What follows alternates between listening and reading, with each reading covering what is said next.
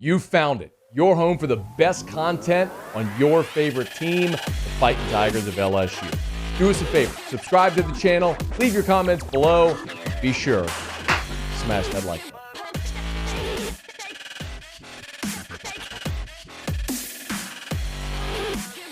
One week from today, we are at SEC Football Media Days. Could not be more excited.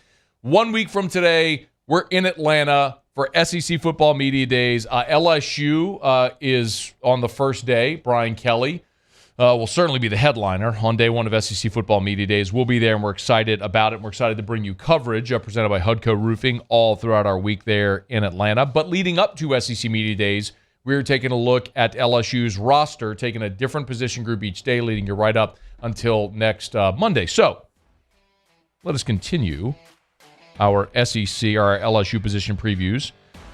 But looking at the line of scrimmage, Brian Kelly in spring was pretty adamant about the positions where this team still needed help if they could find it in the portal. I think our depth situation at tight end is a concern of mine.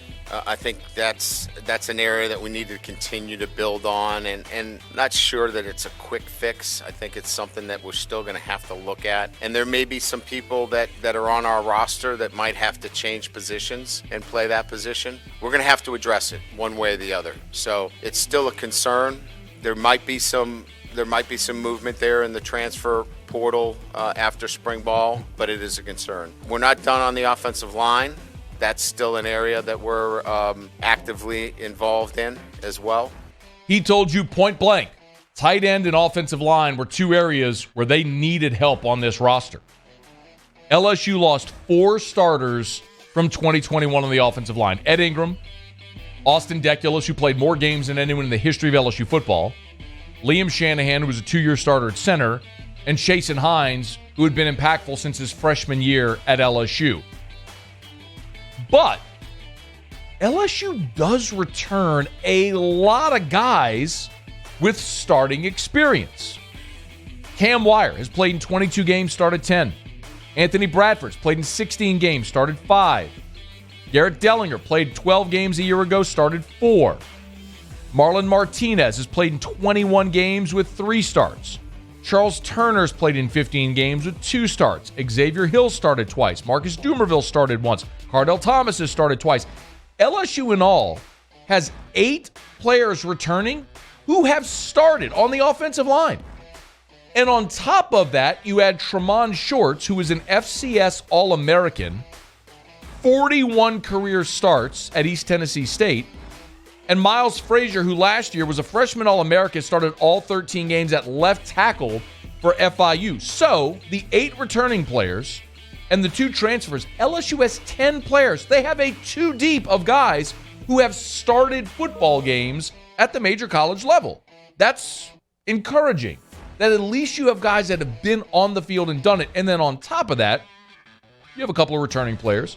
Scholarship lineman, Thomas Perry, Kimo Macanaioli, who can provide depth. And you bring in Will Campbell, the true freshman, who's in line to start at left tackle.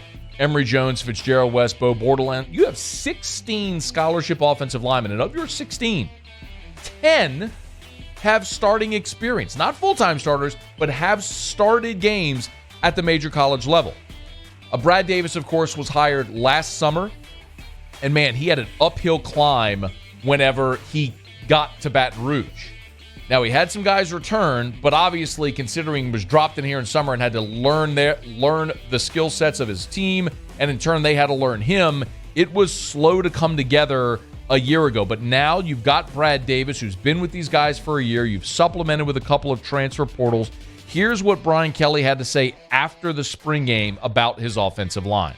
I think we all knew that one of the areas that was a must was that if you're going to have any success, you have to strengthen the offensive line here. And so it's been a point of emphasis, and we've got to run the football. If you're going to win the SEC West, you have to be able to, you got to be able to run the football. And today's not, we're not here to bang the drum and say we've arrived, but there had to be some semblance of we've made progress in that end. And I think we can say that we did. And now we can go and look at what are the things that we do well and what do we need to do better. There are two gigantic questions that remain for this offensive line. Number one, can Will Campbell start for you at left tackle as a true freshman? That is a gigantic question, and it's a big ask. I'll remind you that in 2017, Sadiq Charles started the opener against BYU. There were injuries and a lot of shuffling that made that a necessity, but Sadiq Charles started the opener against BYU in 2017. He became the first true freshman in the modern era of LSU football to start the opener of his true freshman year. Will Campbell looks like he's in line to do just that. Here was Brian Kelly on the freshman. Generally, you come in as a freshman, you don't know where their maturity level is emotionally. If they get beat on a play, how do they come back the next play? Is it going to affect them? He moves on to the next play. And I just think it's an emotional maturity that he carries as a freshman that's made him a guy that we can plug in as such a young player. And you don't know until you do it because he's going to have some failures and see how he handles himself. And he just bounces right back in there and gets after it. And so that's kind of what we saw the first 3 or 4 practices. We wanted to make sure that he had that kind of maturity, and we saw it over 3 or 4 practices and said, all right, it's time. Let's get him in there. So Will Campbell at left tackle is one giant question. Number 2, who plays center? Brad Davis told you in the summer that he was, in spring, that he was cross-training 5 players at center to try to find someone who can establish themselves in that spot. As of now, that's still not settled. Charles Turner was brought in to be a center. He was a project guy, was lighting the loafers whenever he came to Baton Rouge, or lighting the saddle, whatever. He didn't weigh very much. They had to put weight on him, get him SEC ready. It's time to take that step if you're Charles Turner. Maybe it's Tremont Shorts who can kick inside and play center. But I'll remind you this, it's not easy. LSU tried to move Chasen Hines to center in 2020. He couldn't handle the shotgun snap. That's why Liam Shanahan had to move to center. So it's not as easy as just saying, I go snap the ball, but that's a possibility for somebody. Fitzgerald West, brought in to be a center, but he's a high school defensive lineman who's transitioning now as a freshman to the offensive side of the ball. So not easy, but those are the 2 gigantic questions that they got to answer. Is Will Campbell ready to be your left tackle? Who plays center? Those will go a long way to determining LSU's success on the offensive line in 2022.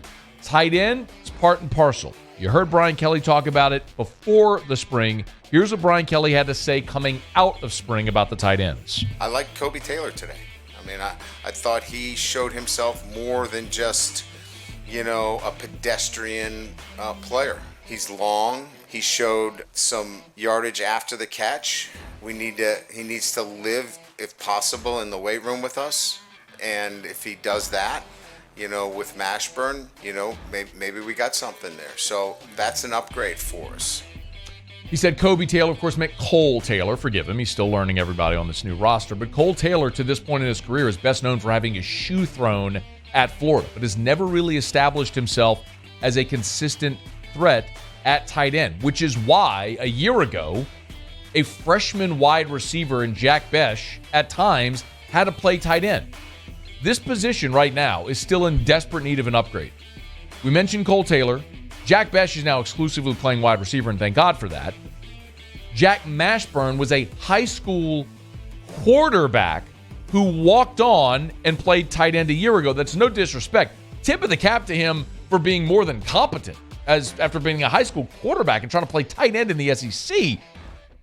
But the other guy you have is Nick Storrs, the baseball player who was on medical retirement and now came back because they are in such desperate need at that position.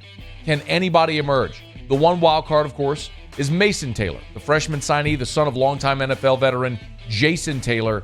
He's also a tight end. He looks the part. He's 6'5", 240. Can he be a plug-and-play guy as a true freshman? We'll start to get that answer in fall camp. Gigantic question marks abound at those 2 positions, the offensive line and at tight end. Can they get answers to those questions? That'll be a massive part to the question of whether or not LSU's offense continues to improve year one under Brian Kelly, Mike Denbrock, and with the LSU Tigers. Hey, thanks so much for watching. Please leave your comments. I love to interact. And be sure to hit the red subscribe button below.